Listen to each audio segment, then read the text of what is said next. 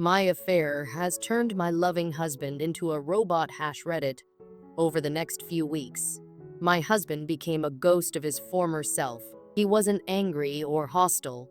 He was polite, even attentive, but there was a hollowness behind his actions. It was as if he had flipped a switch and turned into someone else entirely. The warmth in his eyes, the small acts of affection that once defined our marriage, were gone. I would catch him staring at me sometimes, his face unreadable, and wonder what he was thinking. Was he trying to forgive me? Was he reliving my betrayal over and over in his mind? Or had he simply shut off his emotions to protect himself from further pain? The paternity test confirmed what I already knew. Our daughter was his. When I showed him the results, he nodded but said nothing. No relief, no joy, just that same blank expression that had become his default.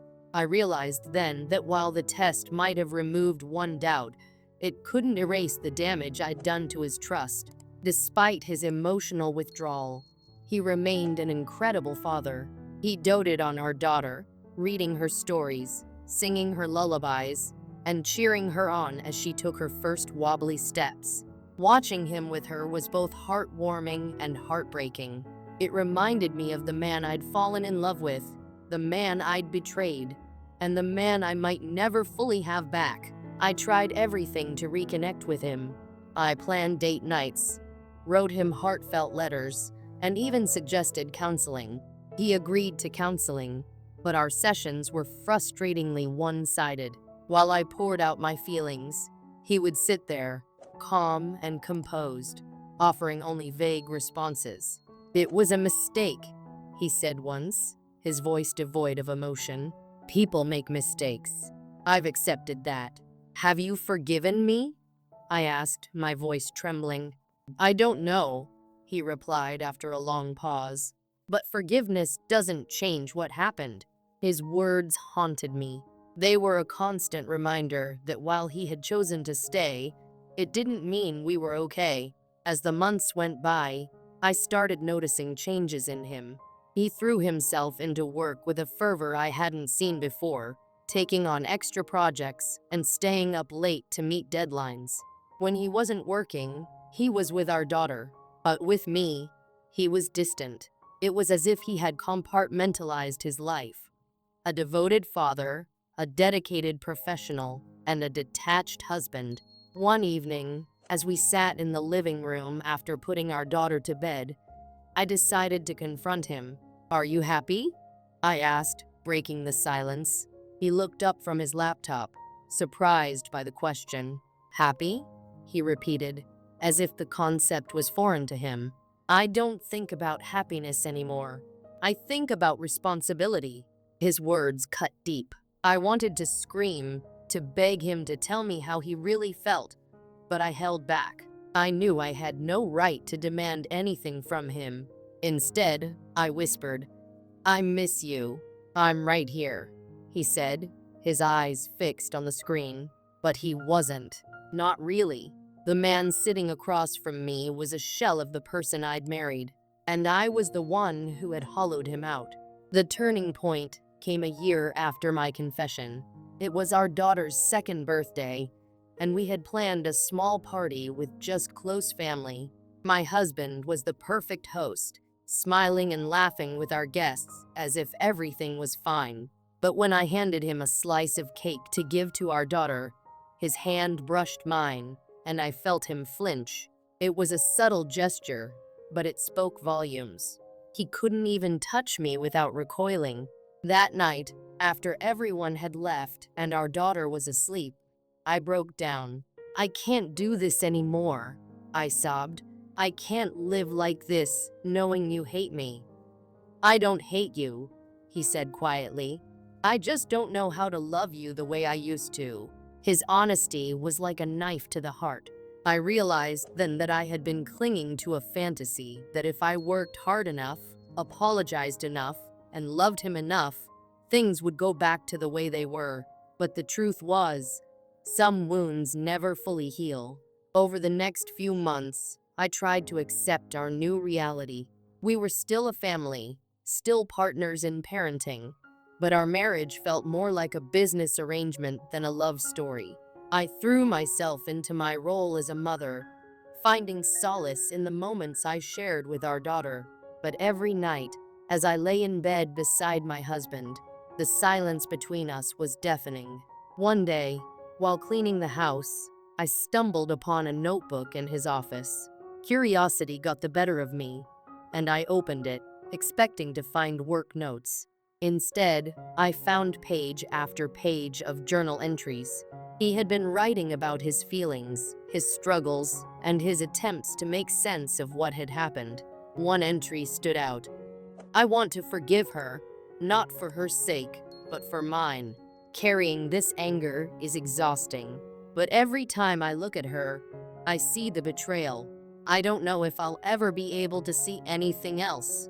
Tears streamed down my face as I read his words. For the first time, I truly understood the depth of his pain. He wasn't staying because he loved me.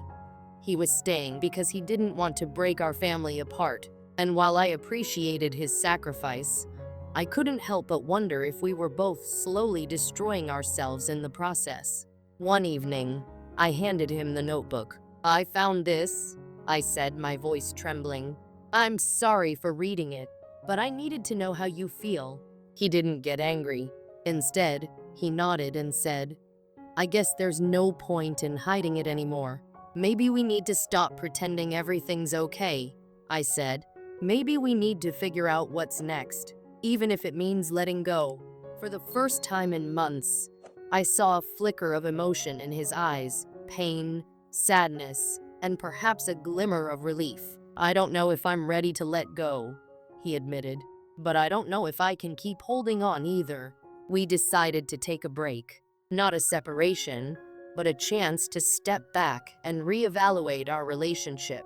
He moved into the guest room, and we agreed to focus on co-parenting while giving each other the space to heal. It's been 6 months since that conversation, and things are still uncertain. Some days, I see glimpses of the man I fell in love with, and I dare to hope that we can rebuild what we've lost. Other days, the distance between us feels insurmountable. If there's one thing I've learned through all of this, it's that love is fragile. It requires constant care and attention, and once it's broken, putting the pieces back together is a monumental task. I don't know what the future holds for us, but I'm determined to keep trying for my husband, for our daughter, and for the family we've built. Because even though I made a terrible mistake, I still believe in the possibility of redemption, and I hope, one day, he will too. I cooked his favorite meals, dressed up for him, and made an effort to be more affectionate. But no matter what I did, things didn't go back to the way they were. I remember the day we met like it was yesterday, his smile, the way he made me feel like I was the only person in the room, and the warmth of his touch. Back then, everything was effortless. We were in love, and no obstacles seemed too big. Our relationship felt like a fairy tale, one I never wanted to end. But somewhere along the way, things started to change. The laughter we once shared became distant. The conversations we used to have turned into awkward silences, and the love that felt so effortless started to feel like a burden. I kept trying, though. I tried to keep the spark alive. I cooked his favorite meals, dressed up for him, and made an effort to be more affectionate. But no matter what I did, things didn't go back to the way they were. He stopped sleeping in the same bed as me, choosing to stay with our daughter instead. He didn't hug me, kiss me, or touch me in any way. The man who once couldn't fall asleep without me now avoided me entirely. It felt like we were living in separate worlds, both of us existing in the same house but emotionally miles apart. I tried to convince myself that it was just a phase, that we were going through a rough patch, and that we'd work through it like we always had before. But as the days turned into weeks and the weeks into months, I began to realize that something was fundamentally broken between us. A year ago, I couldn't take it anymore. I'd had enough of the distance, the coldness, and the unspoken tension between us. I couldn't keep pretending everything was fine when it was clear it wasn't. I confronted him about his behavior, about how he had changed, and how it felt like he was no longer the man I married. To my surprise, he agreed to make an effort. It felt like a glimmer of hope, a sign that maybe we could fix things. He started sleeping in our bed again, and he even took me out for our anniversary. For the first time in a while, it felt like we were trying. But even though he was physically present, he was emotionally absent. It was like there was a wall between us that neither of us could break down. We became intimate again, but it felt forced, mechanical. He never initiated anything, barely participated, and often didn't finish. It wasn't the passion and love we once shared. It was just something we did because it was expected. I felt like I was pressuring him, like I was begging him to love me again. And with every moment that passed, I began to hate myself. I felt disgusting for needing him, for wanting him to want me. But no matter how hard I tried, it seemed like I was invisible to him. Then Saturday night happened. It was supposed to be a fun night, a break from the tension that had been suffocating me for so long. I was getting ready to go out with my girlfriends. It had been so long since I'd done something just for myself, and I was excited to spend some time with my friends, away from the pressures of home. I even dressed up in his favorite dress and styled my hair the way he likes, hoping that maybe, just maybe, it would spark something between us later that night. As I was about to leave, he looked at me and said, "You got a date tonight or something?" His words hit me like a ton of bricks. I couldn't believe what I was hearing. How could he think that? After everything I'd done, after all the effort I'd put into trying to rebuild our relationship, he still didn't trust me? He thought I was going to betray him again? I snapped, the frustration and hurt finally boiling over. How could you even think that after all I've done to prove myself to you? His response shattered me. It didn't stop you before, so why would it now? It was like a knife to my heart. The words cut deeper than anything he had ever said to me. I couldn't believe it. All this time, all my efforts, and he still couldn't trust me. I had tried so hard to make things right, to show him that I was committed to us. But it didn't matter. The damage had been done. I canceled my plans that night, too heartbroken to go anywhere. I spent the evening alone, crying, wondering if things would ever get better, if he would ever trust me again, if we would ever get back to where we once were. Now I feel trapped in a marriage where my husband doesn't trust me, and I can't blame him. I hate myself for what I did. I wish I could take it all back. Wish I could turn back time and make different choices. But the truth is, the damage is done, and I can't undo what's been broken. Every day, I wake up hoping for a sign that he's starting to heal, that he's starting to forgive me. But instead, all I see is his coldness, his distance. It's like I'm living with a stranger, someone who once loved me deeply, but now looks at me with suspicion, with hurt. I keep hoping that maybe if I try harder, if I give more, he'll come back to me. But deep down, I'm terrified that he never will. Sometimes, I even wonder if staying together is more painful for him than walking away would have been. Maybe he's just staying out of obligation, out of some sense of duty to our daughter. Maybe he doesn't even want me anymore. But I still love him. I love him more than anything. And I want to fix this, to make things right. I want to rebuild the trust that we lost, to heal the wounds that I caused. I want to feel the way we once did, the laughter, the closeness, the intimacy. I want to feel like we're a team again, like we can face the world together. I know I'm lucky that he didn't leave me. So many people would have walked away, but he stayed. And for that, I'm grateful.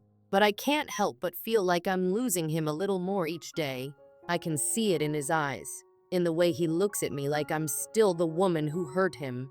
I know I can never erase what happened, but I just want to find a way to rebuild. I've tried talking to him, but it's like he's shut me out. He listens, but it feels like he doesn't hear me. I tell him how much I love him, how sorry I am for everything, but it doesn't seem to make a difference.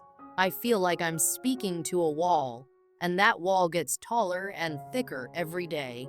I've tried to give him space, to let him heal at his own pace, but every time I do, I feel like I'm slipping further away from him. The silence between us is deafening. The emptiness in our home feels unbearable. It's like we're both stuck in this painful limbo, waiting for something to change, but not knowing how to make it happen. How do I help him forgive me? How do I rebuild the trust and make him see how much I love him? I don't know the answers. All I know is that I'm trying. Every day, I try to show him that I'm still here, still committed, still willing to fight for us. If you've been through something similar or have any advice, please share it in the comments. I need all the help I can get. I just want my husband back. The man I fell in love with, the man who made me feel like I was his everything. Please, if you found a way to rebuild trust in a relationship, I'd love to hear your thoughts. And don't forget to like and subscribe for more stories like this. Sometimes, it feels like I'm not alone, but I know I need to hear from others who have been through this kind of pain. I'm not giving up yet. I'll keep fighting, because I believe that love is worth fighting for.